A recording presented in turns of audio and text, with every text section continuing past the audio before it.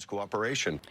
Alex Little is here. He's a defense attorney and former assistant federal prosecutor. I want to start with Mr. Strzok's firing. And tell me first, Alex, the significance of the role that Peter Strzok once held and the content of the text messages.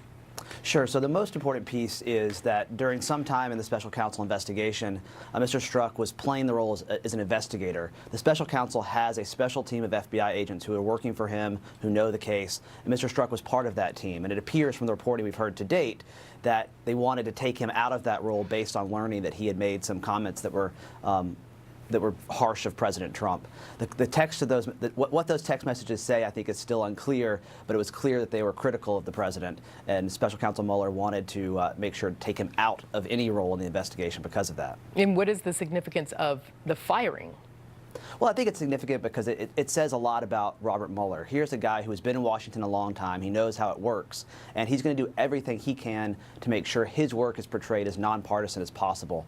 I think the fact that he is willing to very quickly let somebody go who made even private comments about the president indicate that he knows it can be a distraction. He doesn't want it to be a distraction. He wants to focus on his work. But now that this has come to light, can this in any way discredit the Muller Russia probe?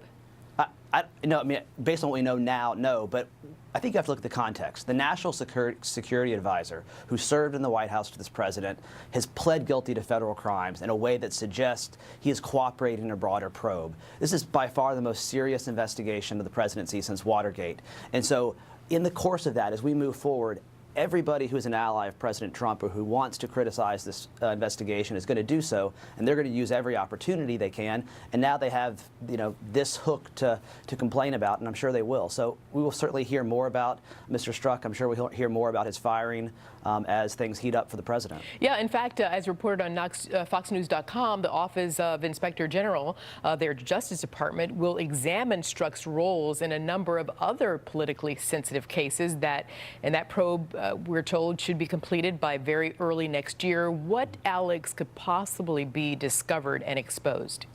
Well, I mean, when you start an investigation, you don't know where it ends. And so if there are things that he said or suggested that he was going to move an investigation in a different way because of his personal views, well, that would be pretty explosive. But we have no evidence of that. I think at the first step, we know is that he probably held views that were opposed to President Trump. And, people have views in the FBI both ways, and I don't think that's unique. The question is whether it ever rose to anything beyond that. And do you think Peter Strzok will appear before the House Intelligence Committee? I suspect so. He's already appeared before the Senate Intelligence Committee. I'm sure they will want an opportunity to cross-examine him or question him about these things, and I suspect as we go along that will happen. Okay, Alex Little, I have to leave it there. Thank you. Nice to talk to you. Take care. Eric? Martha, you know, it's less than 2 weeks till that crucial